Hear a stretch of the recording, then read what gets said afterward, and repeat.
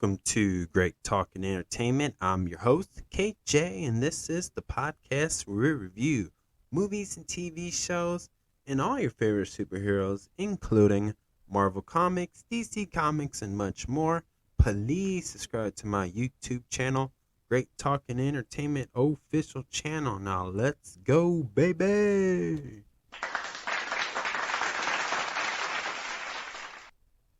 Hello, everyone, and I hope you're all having a wonderful day, a wonderful night, a wonderful morning, wherever you're at. Listen to this. I just want to thank you so much for choosing Great Talk and Entertainment for the place to hear reviews, whether non-spoilers or spoilers. So, thank you so much. Just want to say thank you. Now, this is going to be my spoiler review for the new movie Barbie. I have a non-spoiler review for the movie Barbie out right now, so click on that if you have not seen this movie yet. But if you have seen this movie, this is a spoiler review, I should say. So, you guys been warned. If you have not seen it, don't click on this one. I have a non-spoiler out and out on the channel. So, check that one out. But, y'all been warned, so let's get into it. The Barbie movie starts off with a musical intro performed by Lizzo. The song is called Pink. This has introduced us to all the Barbies, including Barbie Land, where it's all pink on pink on pink. And we get every Barbie from the populars into the non-popular ones. For example, in the popular ones, you have a President Barbie. You have a Nobel Prize winner Barbie. You have a Barbie who works in construction. You have a Barbie who fixes cars, whatever. There's Barbies. But then there's these non-popular Barbies, like the pregnant Barbie, the Barbie where you lift her arms up and her boobs get bigger. And then same thing with Ken's. Now, Ken, who is played by Ryan Gosling, that's the star of it, just like Margaret Robbie is the star of Barbie. There's other Kens who are played by big-time actors. Same thing for the actresses who play the other Barbies. So there's a lot, and I just can't name them all, but trust me, you'll recognize each and every one of them. Like, here's an example. They had a mermaid Barbie and a merman Barbie, which was played by John Cena. And obviously, for the jokes, yeah, you can't see him. But they had all his popular Kens to the non-popular Kens. And we also see that, they had different ethnicity where you see, just different backgrounds of Barbies and all that, and they all have their own different personalities in the sense of what they were doing. But you also just get the same thing with the Kens. There's different Kens, just different, and they all have different backgrounds. There was one where one's not cool, and there was a cooler one. There was the sidekick Ken. I mean, they had Kens on Kens, like, geez Louise. It's a story about all the Kens, right? No, I'm just kidding. Well, it is, really. And then we get like a loop. So Barbie wakes up, that song, Pink, performed by Lizzo, plays again. And now we start seeing Barbie, the main one, start becoming more human-like, where, she's having doubts. She's thinking about death. Another thing that I thought was really cool, every time she starts having real, true human feelings, she becomes more human-like, where you'll see all the Barbies, walking, like the way the Barbie doll is made, like, how her feet are kind of slanting down so you can put the high heels on?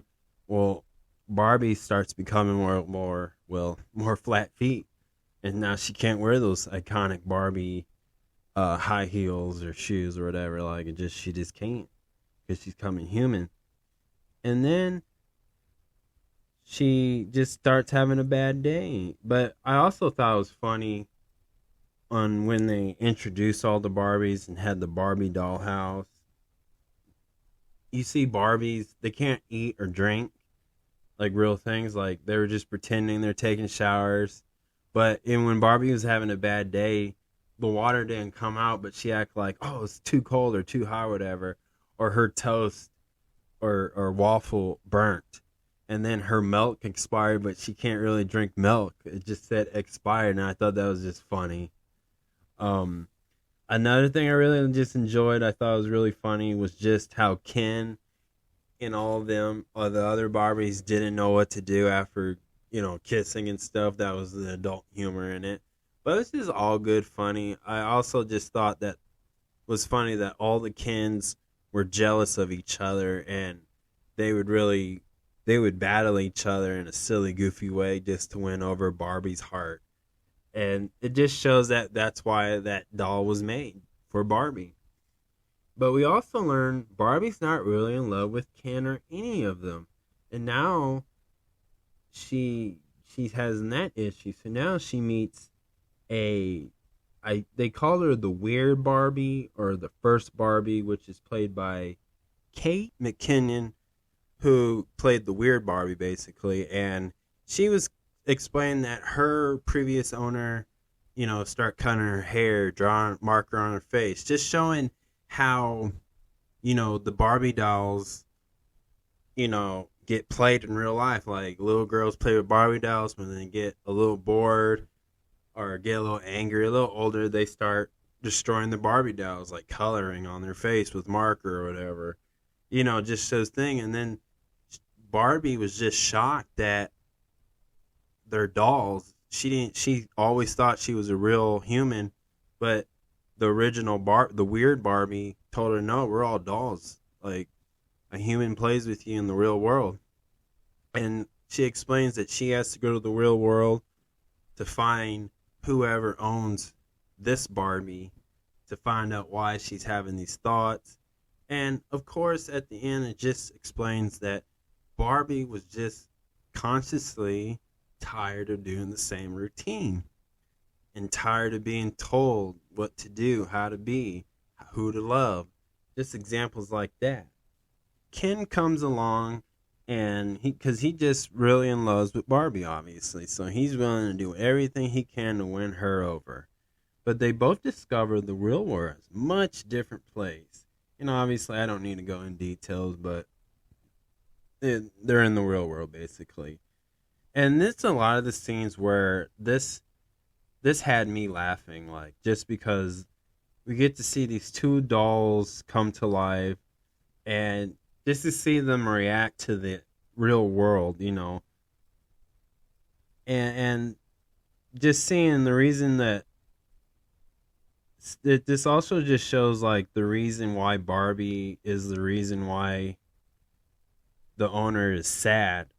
The reason why she had all those negative thoughts, it's because a mother named Gloria and a daughter named Sasha had different views on Barbie. Obviously, Gloria is the one we found out that started doubting, because in real life, as she became an adult and as her daughter Sasha became a teenager, she just felt doubt. And obviously, in today's society, the modern era, the mom, Gloria, just wanted to see a more realistic type Barbie made, where, a Barbie can just be anything she wants to be. There shouldn't be a perfect looking doll. They wanted this Barbie to look as a more realistic, not saying like, Megan the doll or Chucky the doll realistic. I'm talking about just a doll that today's era of little girls can,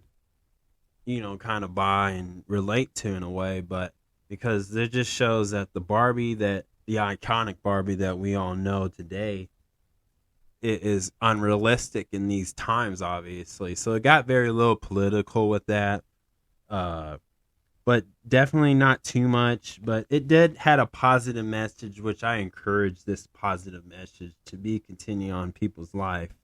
So that's another thing I liked about the film, was just it had a real strong positive.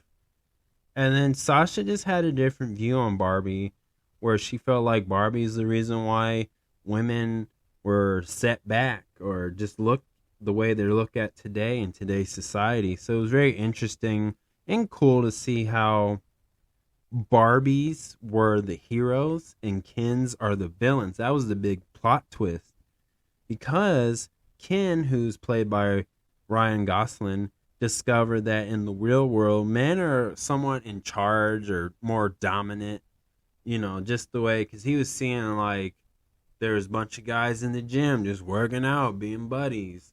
They had a Sylvester Stallone in his Rambo outfit, and he was the wearing like a fur coat. Just seeing very manly stuff, and he was seeing that how people treated him just because he was a man, basically, and he liked it. And so obviously he went back to Barbie Land while Barbie got pretty much captured by Mattel, by the big evil boss CEO, who's played by Will Ferrell, and he was just trying to get her back. But it was just a funny, goofy way watching them chase Barbie, lose Barbie, talk to Barbie, and obviously they had like a lot of tributes to like who's Barbie and who started it, and I thought that was just really cool.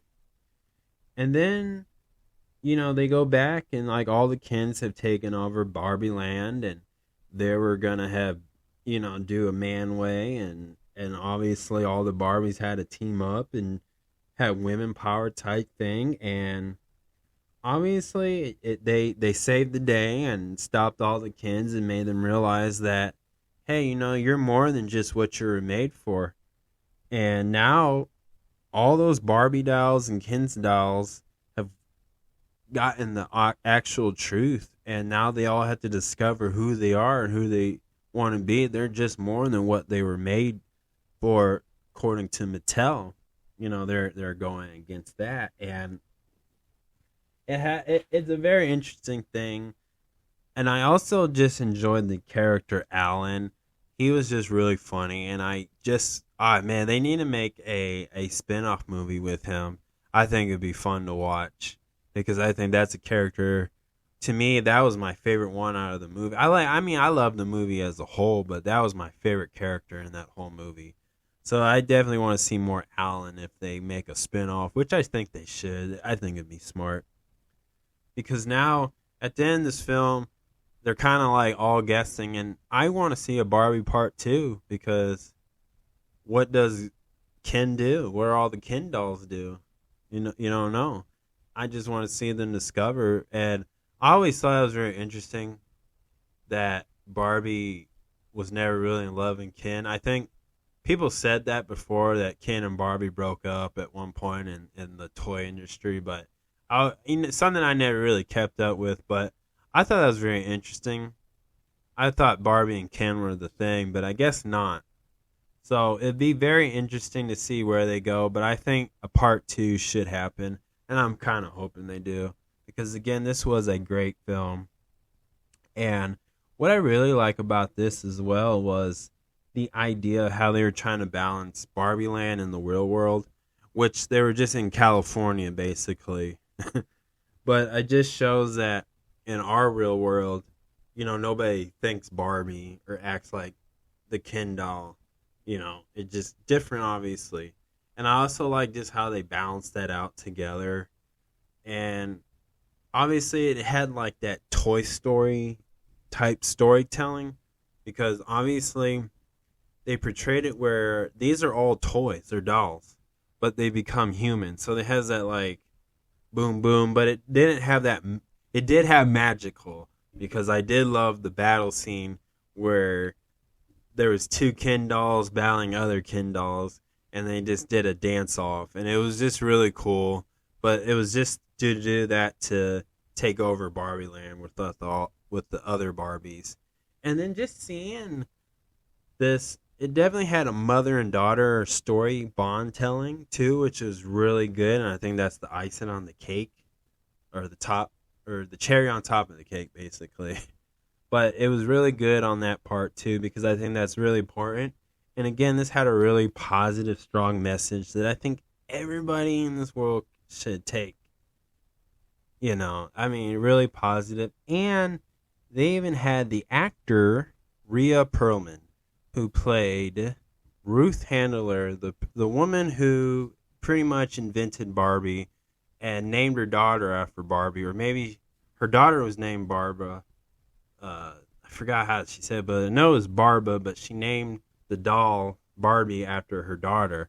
And Rhea really brought that character alive, and I didn't realize it until they said it at the end. But I thought that was really cool that they put like they tribute like Ruth Handler who created Barbie. They talked about Mattel. They even made fun of the tax invasion jokes about her. But I thought that was really cool and nice because, you know, in this day and age, that history is kind of lost. But just because how people look at the doll Barbie now, but I thought that was really neat and very nice, and I enjoyed that. And I also just enjoyed the photo videos of just different children of all ages and mothers and daughters and mothers and just bonding together. Like I thought that was really cool and heartwarming, and that definitely made me enjoy that movie the most because it is for girls, but I think people of all ages who just know the iconic Barbie doll will enjoy this film for sure. So what do I think about that? I just think that I think it'll be a challenge to do a part two, but I think it would be worth it if they did it because I think they can explore these characters even more and do a whole different thing about it. So definitely worth it, and I think there's a lot because I think I would like because I like to see like I said I like to see this character Alan get his own spinoff, and I think he should have his own thing. Like maybe that doll becomes popular, or maybe he just goes in the real world and discovers who he is. I mean, this guy can kick butt. I mean, he was kind of dark. He choked some other Ken dolls out. Like I'm like, dang. But I think that's worth. I think Ryan Gosling should have a spin-off movie with the character Ken, with the other Kens, of course. And but obviously I think there should be a Barbie too. I think so. Definitely worth it. I think you can get at least. I think you can make a whole trilogy and at least two spin-offs with this franchise if they choose to. But that's just my opinion. But that's my review. If I have to give this film a 1 out of 10, I'm definitely giving it 10. So please subscribe to my YouTube channel, Great Talk and Entertainment official channel. Subscribe, hit that notification button so you can always be updated with all my latest content. Thank you and peace out.